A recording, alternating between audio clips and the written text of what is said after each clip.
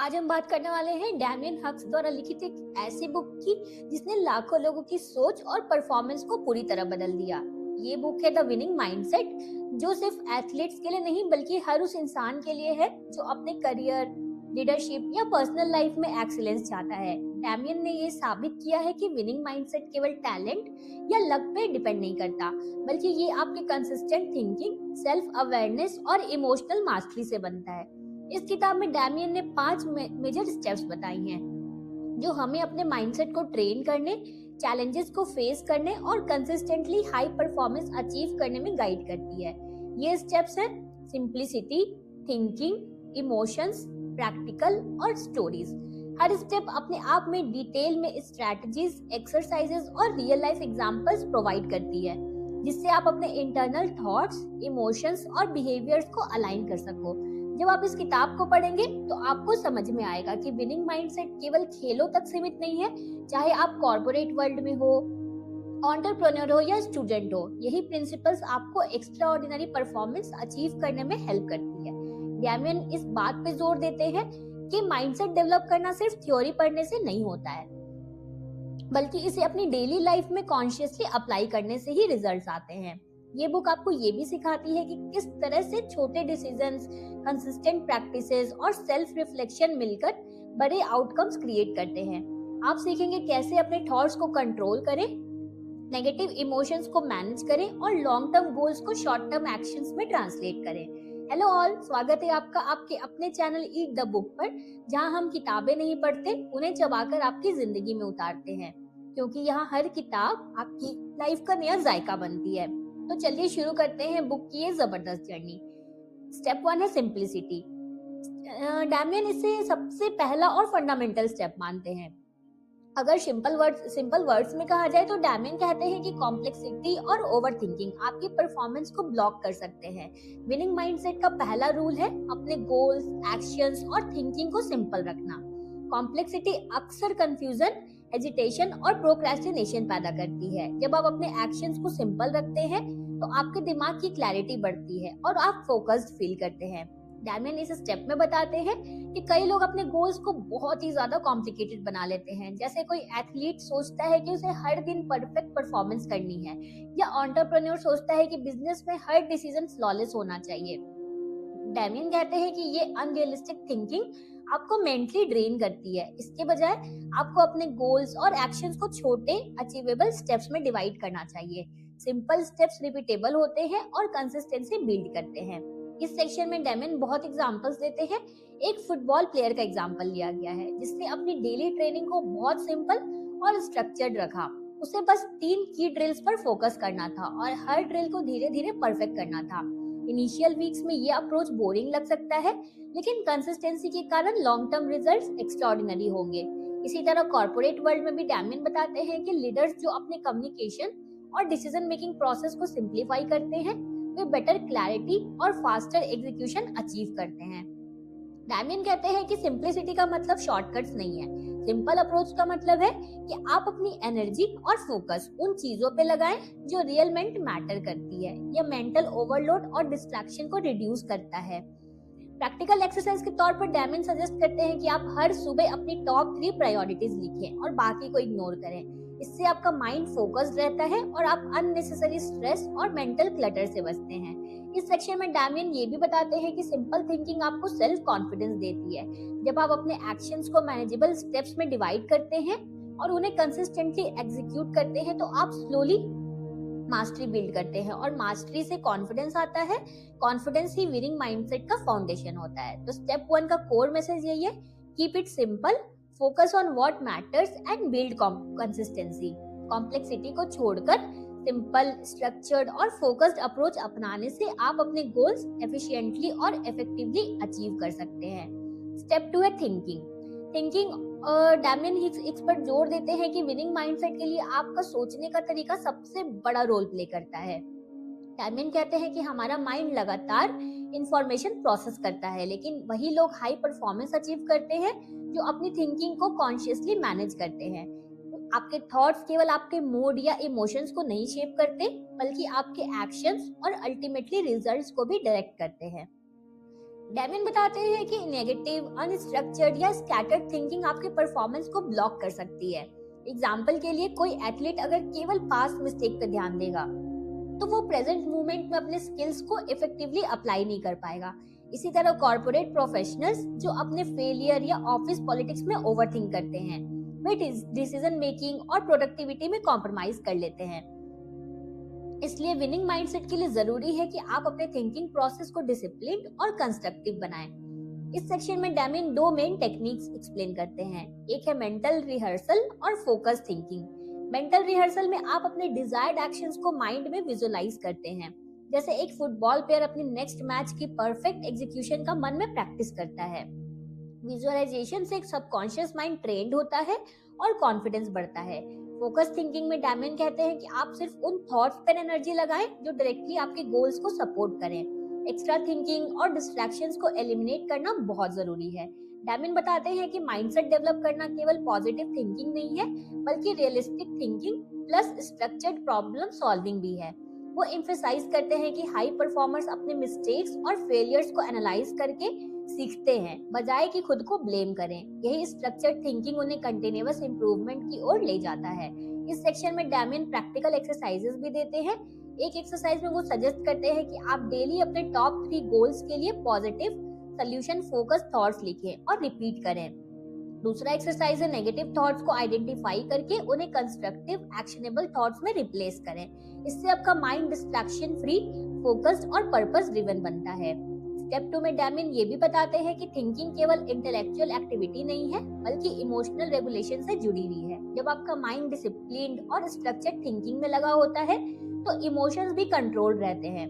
इससे आप high pressure situations में काम और कॉन्फिडेंट रहते हैं। तो स्टेप 2 का कोर मैसेज यही है, your thoughts shape your actions and your actions shape your results. Train your mind to think structured, constructive and focused. Winning mindset के लिए disciplined और positive thinking essential है।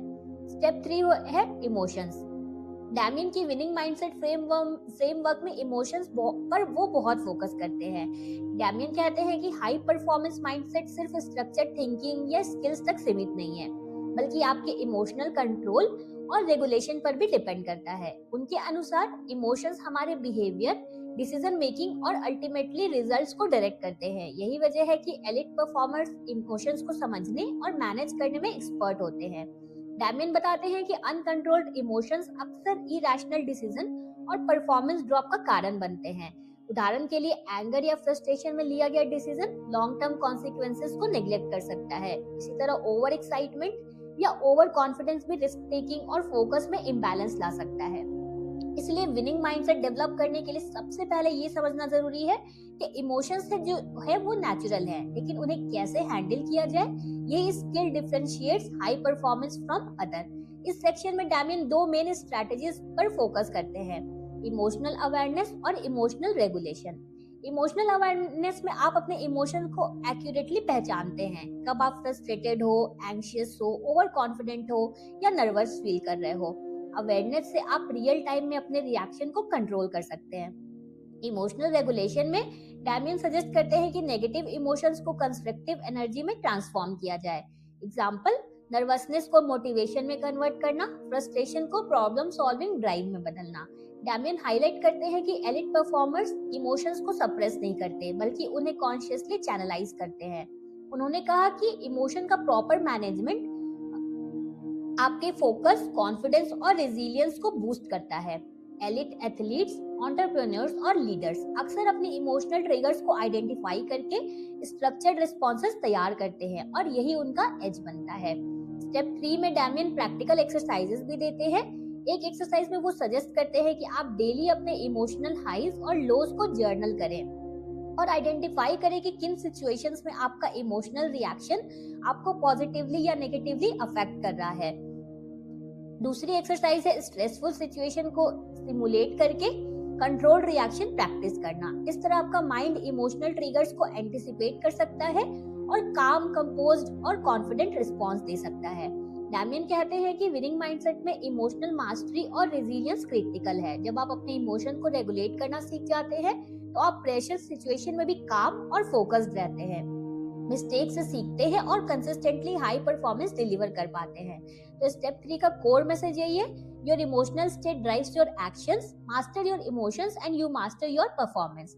विनिंग माइंडसेट सिर्फ knowledge या skill पे नहीं बल्कि इमोशनल इंटेलिजेंस और सेल्फ रेगुलेशन पर भी डिपेंड करता है।